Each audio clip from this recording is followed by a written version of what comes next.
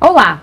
Promover o interesse dos jovens pelas ciências espaciais é um dos objetivos da Olimpíada Brasileira de Astronomia e Astronáutica, que já está na 18ª edição. No NBR Entrevista, vamos conversar sobre o assunto com João Batista Canali. Ele é o coordenador nacional da Olimpíada. Olá, muito obrigada pela sua presença aqui no NBR Entrevista. Eu que agradeço a oportunidade de falar com todos os nossos queridos ouvintes. Bom, então para a gente começar, vamos definir o que é astronomia e o que é astronáutica. O que esses dois temas estudam? Sim, de forma simples, a astronomia é o estudo dos astros.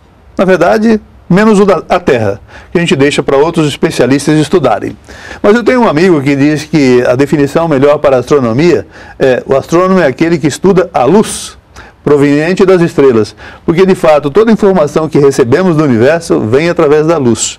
Muito pouco sabemos através de amostras físicas que chegam no solo, graças aos meteoritos, ou indo à Lua pegando alguma amostra, ou a um planeta pegando alguma amostra e analisando. Quase tudo que sabemos do universo recebemos pela luz. Então a gente decompõe a luz e lê o que está dentro da luz proveniente das estrelas. Então a astronomia é o estudo da luz proveniente dos astros. A astronomia nasceu junto com os homens praticamente, dito que é a mais antiga das ciências, e a astronáutica é uma atividade muito recente, nasceu ali por volta de 1950, né? Mas a astronomia se vale muito agora da astronáutica, pois com ela a gente consegue colocar telescópios em órbitas, o que não conseguimos fazer antes. Bom, como é que esses dois assuntos são tratados nas escolas hoje em dia? Sim, a astronomia nasce logo ali, é ensinada logo nos primeiros anos do ensino fundamental. Os alunos que estão no primeiro, segundo, terceiro aninho já se explica para eles que o dia e a noite é proveniente da rotação da Terra em torno do seu eixo, né, que as fases da Lua é proveniente dela girar em torno da Terra. Então o professor, de forma qualitativa, usando maquete, ilustrações, já explica esses fenômenos que todos nós deveríamos saber, espero que todos saibam. E geralmente perguntamos também na Olimpíada de Astronomia e Astronáutica perguntas tão simples quanto essas que os alunos, mesmo lá do primeiro, segundo ou terceiro ano, já sabem responder. Quem quer seguir carreira nessa área tem que ir por que caminho? Para ser um astrônomo tem vários caminhos. O mais comum é estudar na graduação astronomia e depois fazer a pós-graduação ainda em astronomia, astrofísica, ou o que seja, ou então estudar física, que é o pré-requisito para a astronomia. A astronomia usa a física o tempo todo. Também pode ser a matemática, pois também temos a mecânica celeste, que exige uma grande quantidade de cálculo, conhecimentos matemáticos. E algumas engenharias também, que contribuem com o desenvolvimento de telescópios dos mais diversos tipos, detectores eletrônicos dos mais diversos tipos, ótica fina. Então as engenharias também contribuem muito na atividade astronômica. E onde é que esses profissionais atuam aqui no Brasil? Temos muitos lugares onde os astrônomos trabalham no Brasil, principalmente nas universidades, nas federais, as públicas, portanto. Algumas universidades particulares já estão abrindo também cursos para formação de astrônomos em graduação ou especialização. Muitos professores procuram se especializar para ensinar melhor os seus conteúdos.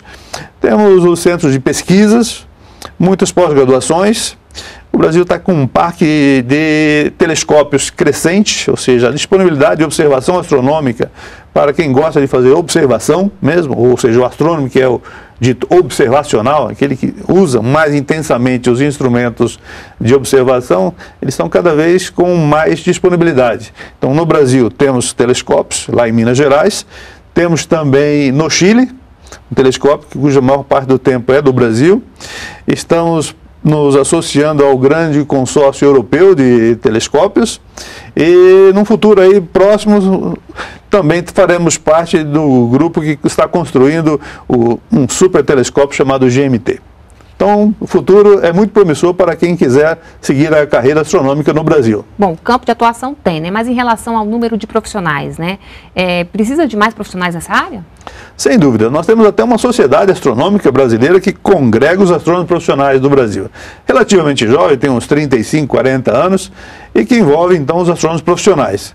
E a gente costumamos nos contar e, em geral, damos aí da ordem de 1.000 astrônomos profissionais do Brasil. Porém, tem quase um número igual de astrônomos chamados amadores, os que trabalham em clubes de astronomia, planetários ou em atividades diversas e têm como hobby a observação astronômica. Geralmente tem telescópios pequenos que levam para o quintal ou para um lugar mais escuro, levam os amigos. Isso é muito importante também. Aliás, parece que é a única ciência que tem a atividade amadora.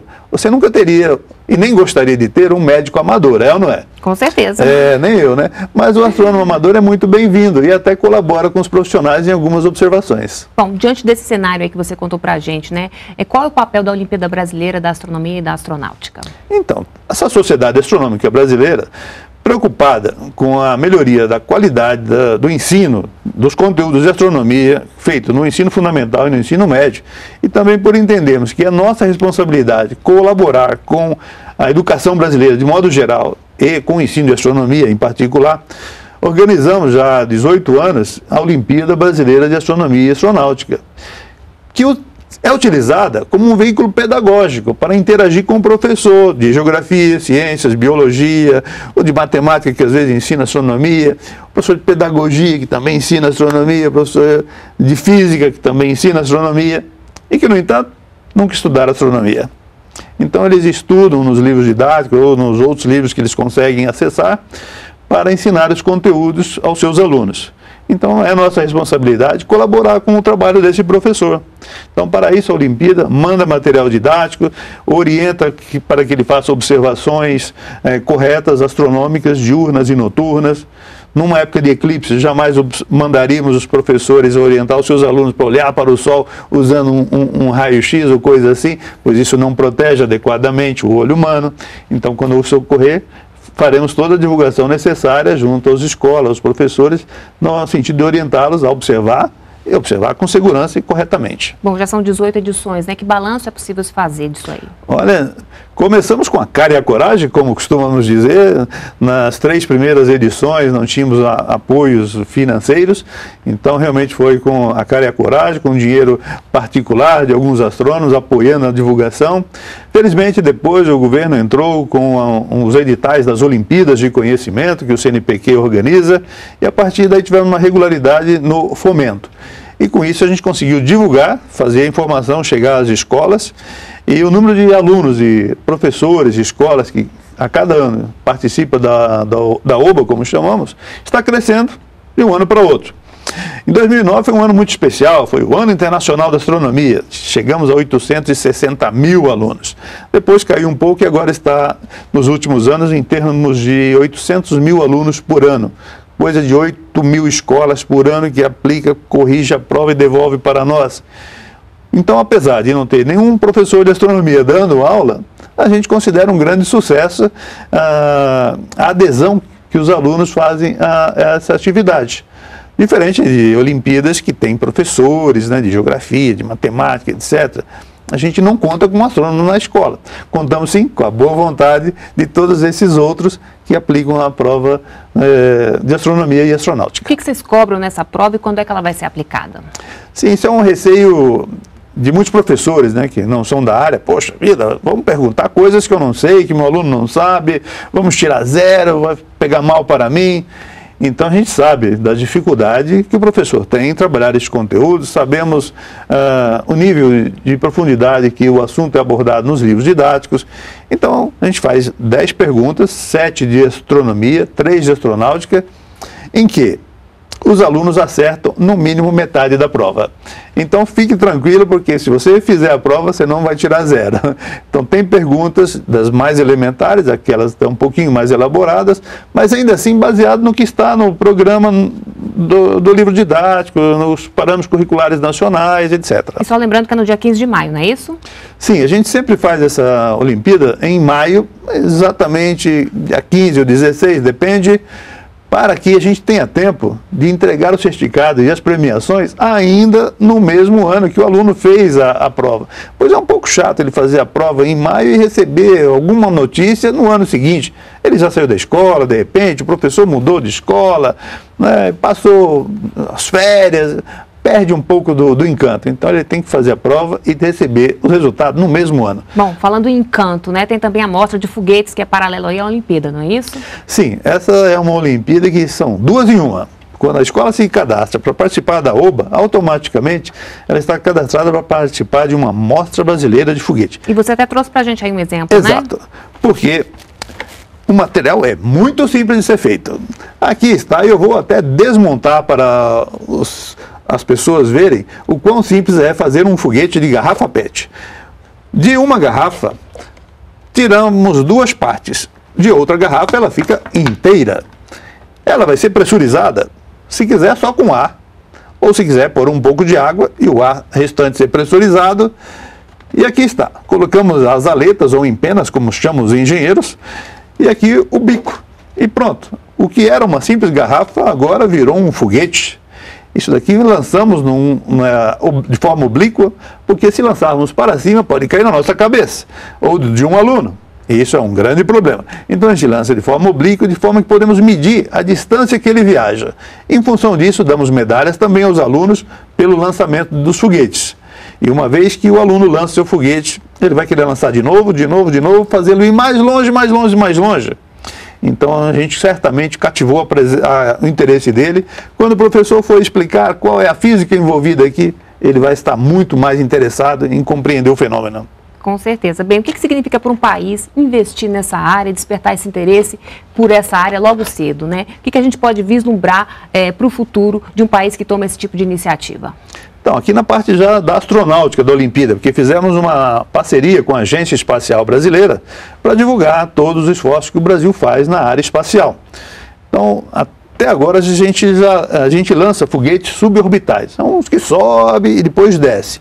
Mas chega a 100 km de altura e nesse topo da parábola se consegue fazer experimentos onde a gravidade é praticamente zero, né? Se tem a sensação da gravidade zero. Mas está construindo foguetes capazes, num futuro breve, de lançar satélites em órbitas. Para isso a gente precisa de muito engenheiro aeroespacial. Daí a necessidade de despertar nos nossos participantes o interesse pelas engenharias aeroespaciais. Plantando a sementinha, né? Lançando seus foguetes nas suas escolas. E desde os alunos de 6 aninhos, eles já podem lançar foguetes, bem mais simples que esse, é claro. Os do ensino médio lançam esse mesmo foguete, porém o combustível é o vinagre com fermento em pó. Coisa que está na sua cozinha. Não dá para fazer em casa, né? Tem que fazer na escola com alguém. É bom fazer na escola, né? porque ele tem que lançar num lugar bem amplo, porque ele vai bem longe. Tá certo, então, olha, muito obrigada pela sua participação aqui no NBR Entrevista e parabéns pela iniciativa. Sucesso aí nas Olimpíadas. Eu que agradeço a oportunidade. Obrigada mais uma vez. Bem, outras informações em www.oba.org.br. E se você quiser rever essa entrevista, é só acessar o endereço que aparece agora aí na sua tela. Muito obrigada pela companhia e a gente se vê no próximo programa. Continue aqui na NBR, a TV do Governo Federal.